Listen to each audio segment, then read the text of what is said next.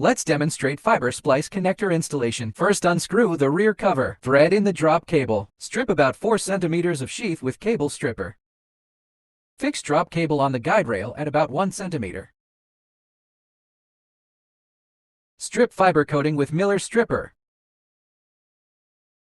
Clean the fiber with alcohol pad. Place the cleaned fiber into the 30 mm groove of the fiber cleaver.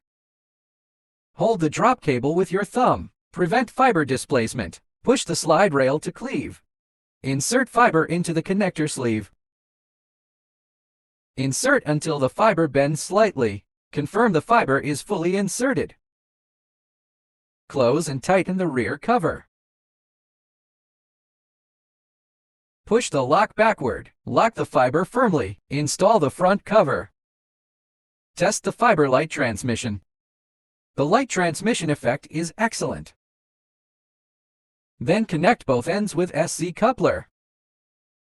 Complete the fiber splicing. Splicing 2.